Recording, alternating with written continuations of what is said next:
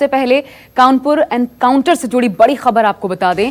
Kanpur encounter का मुख्य आरोपी हिस्ट्री शीटर विकास दुबे। प्रदेश भर की पुलिस जोर शोर से इसकी तलाशी में लगी हुई है। शहर शहर तलाश में छापेमार कार्रवाई की जा रही है। कानपुर से लेकर लखनऊ और दूसरे जिलों में भी उसके ठिकानों पर पुलिस ताबड़तोड़ छापा मार रही है। कानपुर के रसूलाबाद कस्बे में विकास दुबे के चाचा ब्रज किशोर दुबे के घर में, तो उधर लखनऊ के कृष्णानगर स्थित विकास के मकान में पुलिस ने छापा मारा। उसकी तलाश में पुलिस और एसटीएफ की टीम के अलावा एसीपी कृष्णानगर और आलमबाग की टीम भी कार्रवाई में जुटी है। कानपुर कांड के बाद बुलंदशहर में भी सघन चेकिंग अभियान चल रहा है। हालांकि अभी तक विकास दुबे गिरफ्त में नहीं आया है। पुलिस ने विकास पर 50,000 का इनाम भी उधर घोषित कर रखा है। इस बीच बिकरू गांव में कई लोगों समेत विकास के कई करीबियों को पुलिस हिरासत में लेकर पूछताछ जारी है। आपको बता दें कि बिकरू गांव में ही गुरुवार रात बदमाशों के हमले में 8 पुलिसकर्मी शहीद हुए थे। 5 तस्वीरें इससे जुड़ी हम आपको दिखा भी रहे हैं। देखिए, 50,000 का इनाम अब विकास दुबे पर घोषित कर दिया गया है। लखनऊ, कानपुर, बुलंदशहर में जगह जगह छापेमार कार्रवाई। 8 पुलिस वाले भी शहीद हो गए, जिनकी शहादत को खुद सलाम करने पहुंचे थे योगी आदित्यनाथ, प्रदेश के मुख्यमंत्री। मेरे साथ अशोक तिवारी जुड़ गए हैं, मेरे सहयोगी, इस पर ज्यादा अपडेट्स के साथ। अशोक, बहुत बड़ी घटना है, क्योंकि एक अपराधी जो इतनी बड़ी घटना को अंजाम देता है और उसके बाद वो फरार हो जाता है और अब तक गुमशुदा है, उसका पता नहीं चल पाया है। एक तो वजह इसको लेकर के क्या बताई जा रही है, कहां चूक देखने को मिल रही है?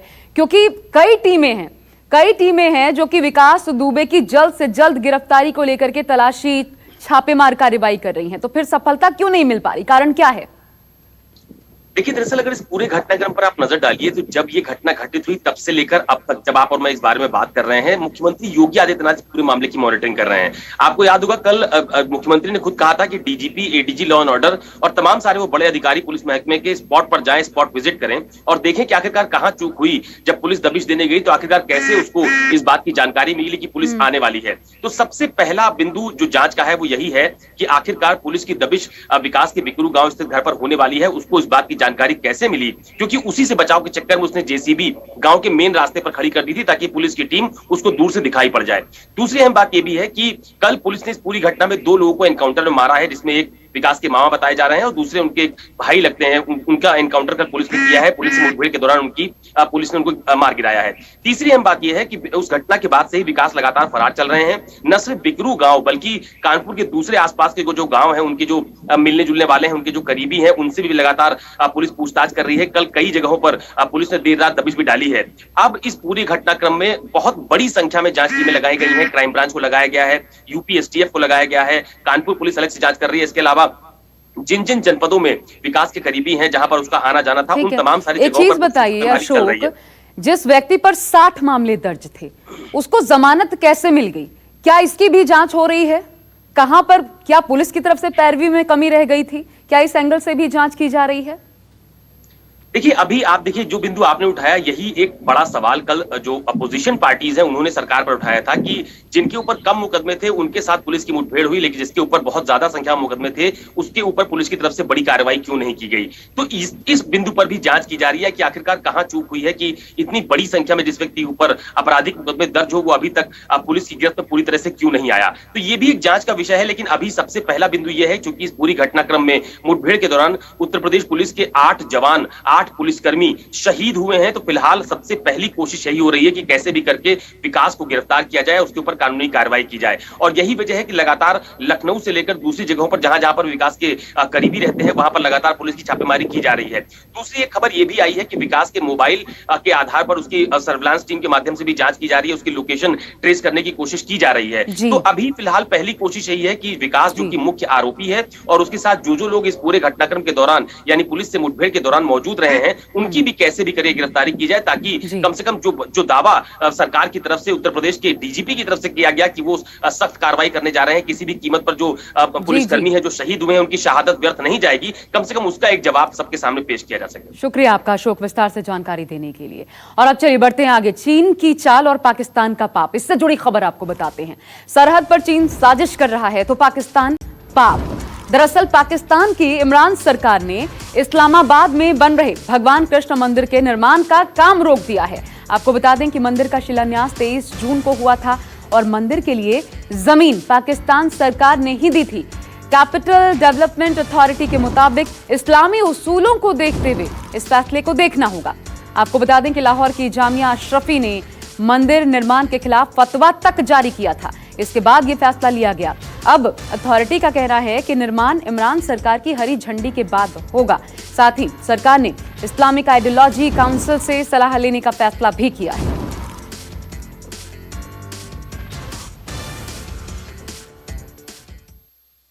पाकिस्तान जो इस्लाम के नाम पर वजूद में आया था और इसके दारुल हुकूमत इस्लामाबाद में नया मंदिर बनाना न सिर्फ इस्लाम की रूह के खिलाफ है बल्कि ये रियासत मदीना की भी तौहीन है। हम अक़लीतों के हकूक़ के साथ हैं। पहले से मौजूद जो मंदिर हैं उनकी मरम्मत की जानी चाहिए। हमने भी अपने दौर में कटास राज की मरम्मत कराई और बहाली का काम करवाया था और पहली दफ़ा अपने बजट में हर साल। हमारे डिप्टी एडिटर संजीव त्रिवेदी इस वक्त जुड़ गए हैं हमारे साथ। संजीव, बड़ी बात यह है कि देखिए, पहले जमीन अलॉट की गई, उसके बाद इसको लेकर फतवा तक जारी कर दिया गया, फिर इस्लामी उसूलों का हवाला दिया जा रहा है। आखिर ये रोक जो लगी है, इसके पीछे ये पूरे मामले में पेंच क्या फंस रहा है? क्या ये सियासी रंग है?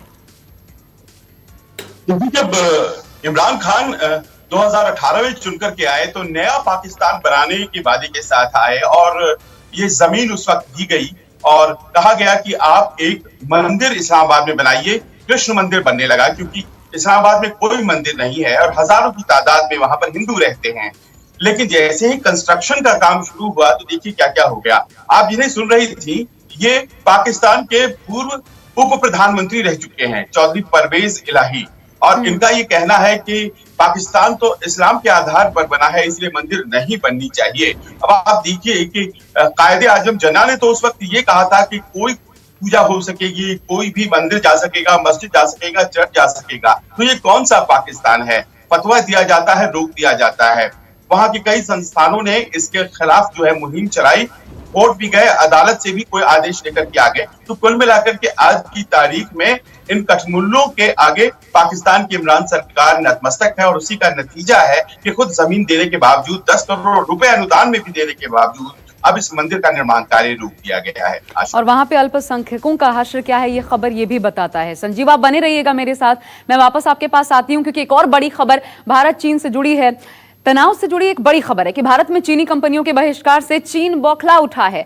आर्थिक मोर्चे पर लगातार मिल रहे झटके से बौखलाकर चीन अब भारत को व्यापार नियमों की दुहाई देने में लग गया है। चीन के विदेश मंत्रालय ने कहा है कि कृत्रिम तरीके से चीनी कंपनियों के लिए बैरियर बनाना WTO वर्ल्ड ट्रेड ऑर्गेनाइजेशन के नियमों के खिलाफ है। चीन भारत में काम कर रही अपनी कंपनियों के कानूनी अधिकारों की रक्षा करेगा। 59 चीनी ऐप को बैन किए जाने पर चीन के प्रवक्ता ने धमकी भरे अंदाज में कहा कि भारत को चीन के मामले में रणनीतिक नासमझी से बचना चाहिए। तो ये बयान चीन की तरफ से आया है। मैं सीधा रुख करती हूं, हमारी डिप्टी एडिटर संजीव त्रिवेदी लगातार हमारे साथ बने हुए हैं। संजीव, क्या माने इस प्रकार के बयान के बाद कि बौखलाहट तो है लेकिन ये मामला अब तमाम तरीके के जो मामले हैं ऐप्स बैन करने को लेकर, कारोबारी जो तोड़ हम निकाल रहे हैं चीन के साथ, ये WTO जाने वाली है लड़ाई? देखिए, WTO में तो जाहिर है कि जो इन्वेस्टमेंट्स होते हैं दूसरे देशों में उसकी रक्षा करने के नियम होते हैं, पर ये तो उन देशों के लिए होते हैं ना जो नियमों को मानते हैं। आप सीमा पर हर नियम को तोड़ते हैं और उसके बाद उम्मीद करते हैं कि व्यापारिक जगत में हर नियम को फॉलो किया जाएगा। ये कहाँ की बात हुई? आप सीमा पर सारे नियम का उल्लंघन करते हैं और आप फिर नियमों की दुहाई देते हैं। देखिए, ऐसा है कि आर्थिक रूप से जो बहिष्कार किया गया है चीनी कंपनियों का, उनका दबाव चीनी सरकार पर पड़ रहा है और वो चीनी सरकार से कह रहे हैं कि हमारा करोड़ों का नुकसान हो रहा है और इसकी वजह आप हैं, चीनी सरकार हैं। जाहिर है कि उस दबाव की वजह से ये बातें कही जा रही हैं और भारत ने जो कदम उठाया है आशा, एकदम निशाने पर जाकर लगा है। चाहे वो रेलवे हो, चाहे वो हाईवे हो, चाहे वो पावर हो, इंफ्रा हो, हर जगह चीनी कंपनियों का जो निवेश है उसके ऊपर बैन लग जाएगा और उसकी शुरुआत ऐप से हो चुकी है और मानकर चला जा सकता है इस सीमा के साथ साथ व्यापार जगत में जबरदस्त तरीके से चीन को हमने जो टक्कर दी है उसका असर हो रहा है। बिल्कुल, और निशाने पर हमारे कूटनीतिक प्रयास भी लगते नजर आ रहे हैं। संजीव, शुक्रिया आपका हमारे साथ जुड़ने के लिए। और ऐसा इसलिए क्योंकि दक्षिण चीन सागर और फिलीपींस सागर में चीन की बढ़ती दखल के बाद अमेरिकी नौसेना भी एक सैन्य अभ्यास में हिस्सा लेने के लिए 2 एयरक्राफ्ट और कई युद्धपोत भेजेगी, ये निर्णय लिया गया है। दरअसल अमेरिका ने यह फैसला चीन के दक्षिण चीन सागर में जारी मिलिट्री ड्रिल के बीच लिया है। अमेरिका के इस कदम से यह अंदाजा लगाया जा रहा है कि चीन पर दबाव बनाने के लिए अमेरिका ने यह फैसला लिया है। हालांकि अमेरिका ने इसे पहले से तय अभ्यास बताया है। अमेरिका का कहना है कि यह सिर्फ एक युद्ध अभ्यास है, इसे वर्तमान हालात से जोड़कर न देखा जाए। लेकिन जिस तरीके की घेराबंदी अमेरिका कर रहा है, वियतनाम में एक युद्धपोत भेजना, 2 जंगी जहाज फिलीपींस के साथ भी साझा अभ्यास के लिए भेजना, यह अपने आप में बताता है कि अमेरिका घेराबंदी में लगा हुआ है और यह चेताया जा रहा है चीन को कि अगर हिमाकत की तो फिर यह भारी पड़ेगा। अब बात नेपाल की। नेपाल के प्रधानमंत्री केपी शर्मा ओली की कुर्सी पर संकट अभी टला नहीं है। आज दोपहर 12 बजे नेपाल कम्युनिस्ट पार्टी की स्टैंडिंग कमेटी की बैठक है। इस बैठक में प्रचंड, माधव कुमार समेत पार्टी के सभी नेता शामिल होंगे। खबरों के मुताबिक प्रचंड अपने समर्थक नेताओं के साथ पार्टी से अलग हो सकते हैं और ओली को इस्तीफा देना पड़ सकता है। पल पल हालात बदल रहे हैं। कभी लगता है ओली बचा पाएंगे खुद को, लेकिन अब लग रहा है इस्तीफा देना पड़ सकता है। एकतामा संकट भन्ने के बुझिन्छ? के हुन्छ पार्टी एकताको संकट भने के हुन्छ? हो त्यो बुझाइ संकटमा पार्टी एकतामा खतरा उत्पन्न भयो भन्ने हुन्छ। एकतामा संकट भने के बुझिन्छ? के हुन्छ पार्टी एकताको संकट भने के हुन्छ? हो त्यो बुझाइ संकटमा पार्टी एकतामा खतरा उत्पन्न भयो भन्ने हुन्छ। नमस्कार, मैं हूं मानक गुप्ता।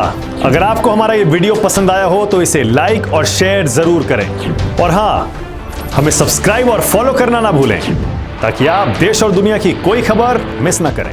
तो जुड़े रहिए हमारे साथ और देखते रहिए News 24।